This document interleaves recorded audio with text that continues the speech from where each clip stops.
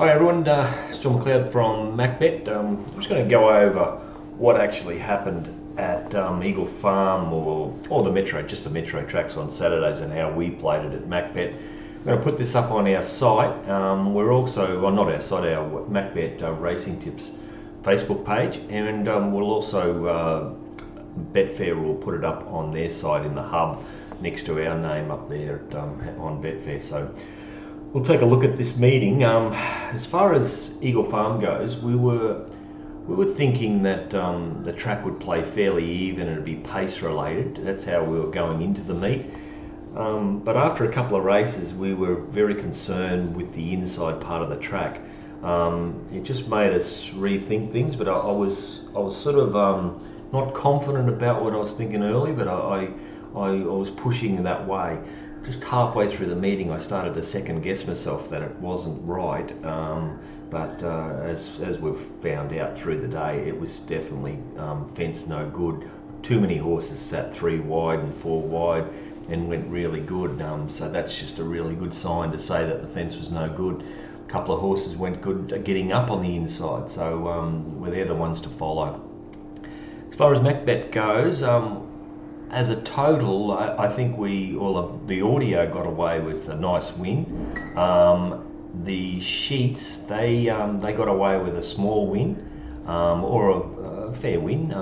It wasn't too bad. What happened?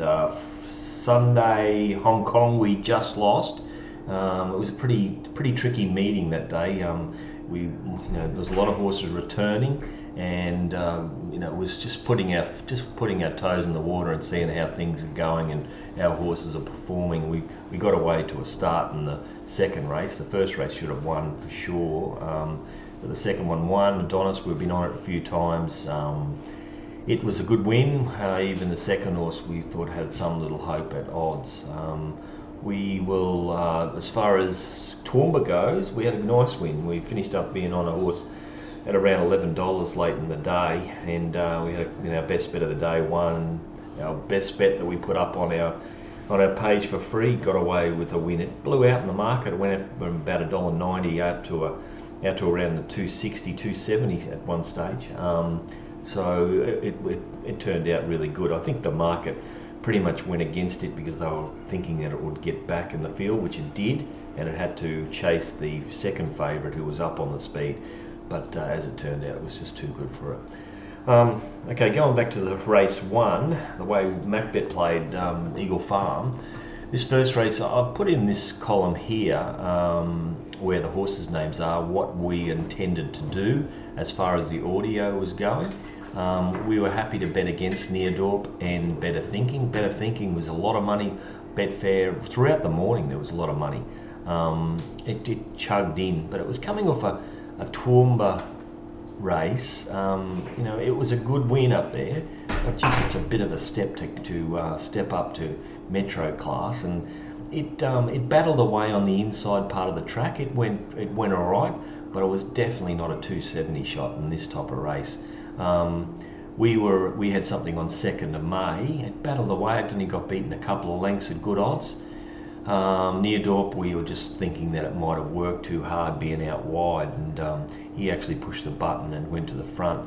It didn't go too bad, the horse. I just don't know about it going to 1200 with a little bit of pressure and everything. I just don't know about this horse. I would rather see it in 1,000, 1,100 metres. That's about all. The winner, Silkwinder, I should have had something on this horse. I didn't. We had it around the $8 mark, and it ended up $18. So it sat wide, and this is the reason why we started to think that the fence was off when this was able to sit wide and keep going. It wasn't a bad win. Last time, Costa's got his horses going really good, so I was really disappointed in myself in not having something on that horse. I pretty much went exotics, and I missed Jazz Queen. We didn't like it, sort of thing, but it finished up in the hole. The next race, we're happy to bet against YPO at the price. It was really short in the morning. It was around the $2.10, $2.20. We had it finished up having around the $4.70 mark. Happy to bet against it. We sent it out that we were going to back Boomwire and Single Bullet, not for too much, but we were going to back both these. Single Bullet was able to get up and win. The track played, didn't go that fast in the race, and again, Single Bullet was able to come in the better part of the track and run a sectional that it shouldn't have probably been able to get up and win just because they weren't going that fast. Again, it showed that the fence was not the place to be. YPO seems like it's a bit of a gunner at the moment. Just missed the kick a bit, and it's always thereabouts, but it's a bit of a gunner. So we got away and won something in that race. Next race, we were happy to bet around Oceanic because I was concerned with the gate, where it was going to get to the 2400, as I was saying in the video in the morning. We had it around the $8 mark. It probably, it was 3 wide with a bit of cover, as I keep on saying. It was in the better part of the track. It was a solid win, but these are no good. All these horses, there's not going to be much form come out of this race. Jake's Hill was a bit of a go. It steamed in a little bit into the 350 mark. I was thinking it had a chance. He rolled along too fast on this thing. They went quick. I can't remember what it was, but it was above four lengths above average for this type of race. So I just thought he rode it the wrong way. Mac the Knife was cruel because we backed it the other day at the Gold Coast and it went like a dromedary. It came out and just did what we thought it would do in the previous at the coast. So it was just big question marks put over it and how it turned itself around. But market stayed very firm. It got out to $8 in Betfair and they come back into around the $5.50 at the finish with the corporate. So there was money for it to say that it would return. We didn't play in that race. I just wanted to play because I wanted to bet around Oceanic, but all of these are cats and I just didn't know what to do, so we didn't really play. This next race, a race that usually I love betting in these Class 6 set weight races. The cream comes to the top because they're so well weighted, some of these horses, but a few horses like Elvis and Magnifier were in the same boat. Both these were well weighted. I had a bit of a query on Island Missile. I didn't know what to think about it. I was trying to give it a hope. It was coming off wet tracks or being wide or pushing forward through the wind, and it had all these excuses. So I had to go back a fair way to get it in there, but I did do it, and to my detriment really, it affected my prices on Looks Like Elvis and Magnified. Just giving this too many excuses. Didn't go much good. Looks Like Elvis showed a good turn of foot like it can and put him away. It's going good, this horse. Unfortunately, we backed it in the Coffs Harbour Cup, I think it was, and thought it was a really good hope down there, and for some reason it just didn't handle that track. It's come off that track and put 2 good wins together since then. So Magnified did its normal thing. Next race, we wanted to be on, as you can see in the morning, we put unit on Sword of Justice and Fortinsky.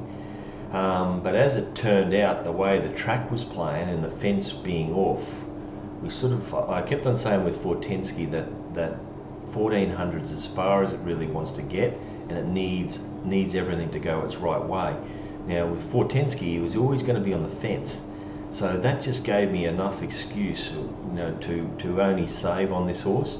And I swung around to Sword of Justice and Avenger on the audio, and I thought these 2 horses, Sword of Justice might lead and move out into the right part and force Fortinsky to go back inside of him, which it did.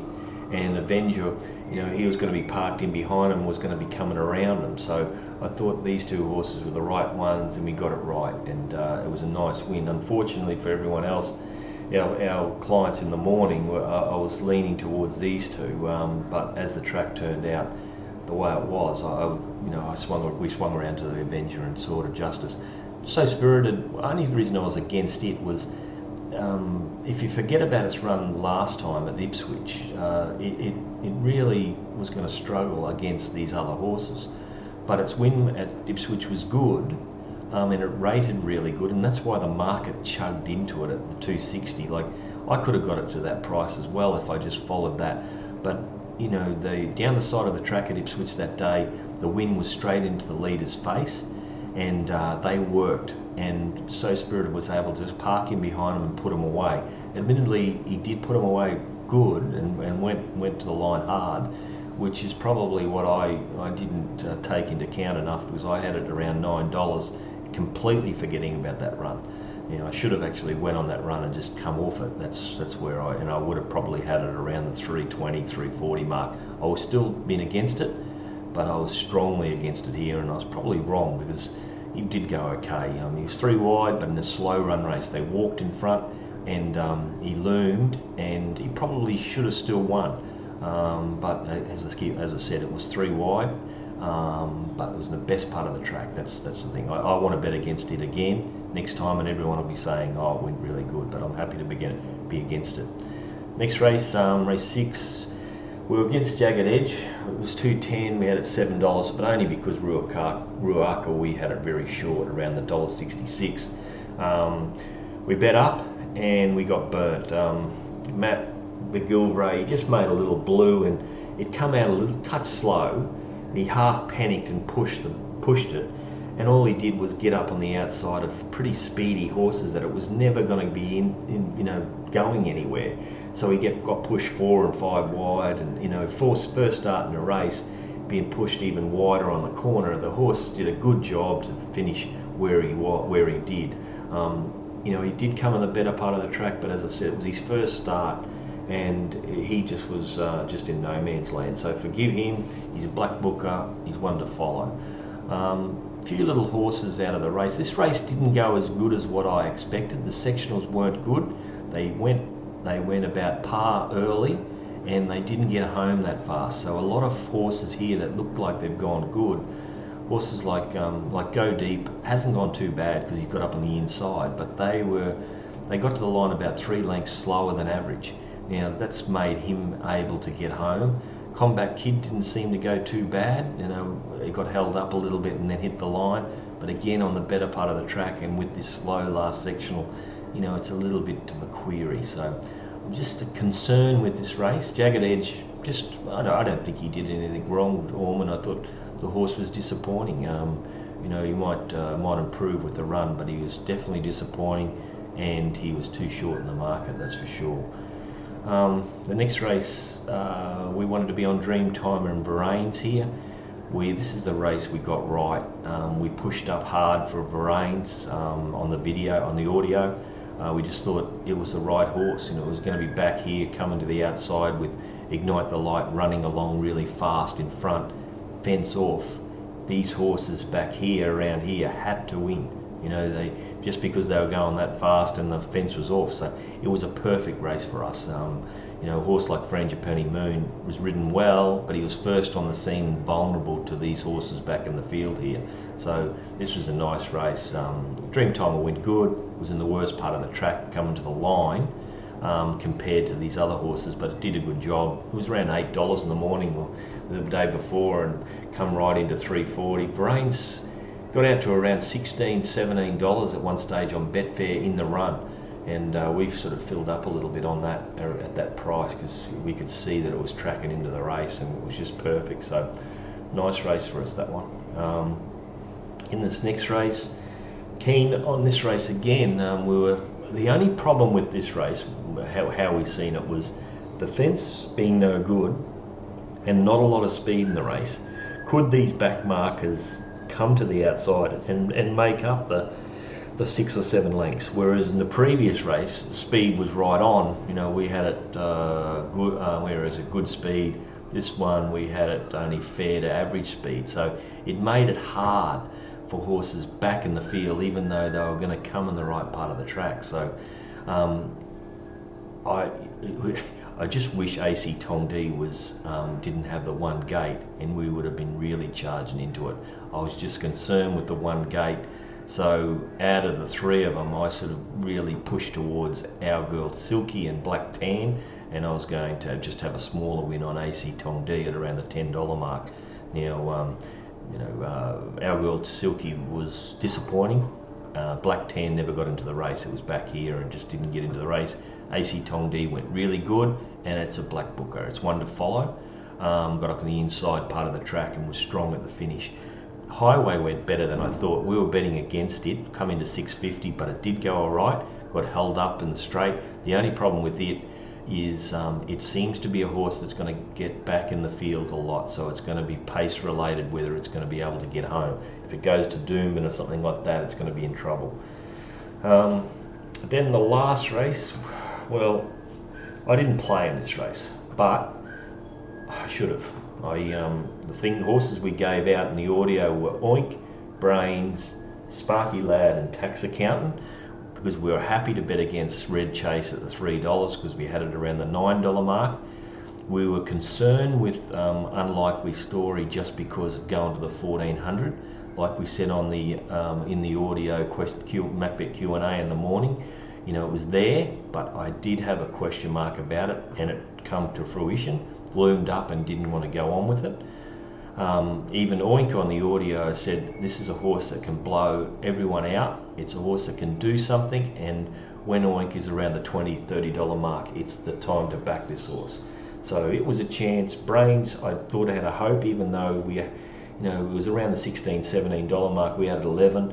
It is a bit of a gunner, this horse, but I did think it had a hope. Sparky Lad, I was coming back to it just because I know it had the bad gate, and I didn't know, you know, in the morning I'm thinking, oh, where can it go? But just because of the fence being off, I thought, okay, it's back in the race. He went back too far on the horse, didn't go too bad. Tax Accountant was a bit disappointing sort of thing up in the race, but as far as the audio goes, it would have been a nice result for that. So that's about all from me. Black Bookers, I would say that Highway's possibly one, but AC Tong D is definitely one, and the obvious one is Ruaka back in you know, second start in a race. If he gives it a couple of weeks off, you know, it's going to be short though. That's the problem the next time it goes round, so that's a bit of a problem. Apart from that, nothing there. Single Bullet, you know, coming the better part of the track. No, that's about all. I don't think there's anything else there to say that there's a black book. I think the best run of the day was definitely AC Tong D, I would say. All right, that's all from me. Good luck for the week. We'll be back on Wednesday. There's no Hong Kong on Wednesday, which is good because Mitch is away. He's getting married this week, so congratulations, Mitch and Claire. Hope everything goes good, and we'll catch up later in the week. I think there's some sort of party on Sunday there at Hamilton Island, getting married up there. So good luck up there, guys. All right, that's it from me. Cheers, guys. See ya.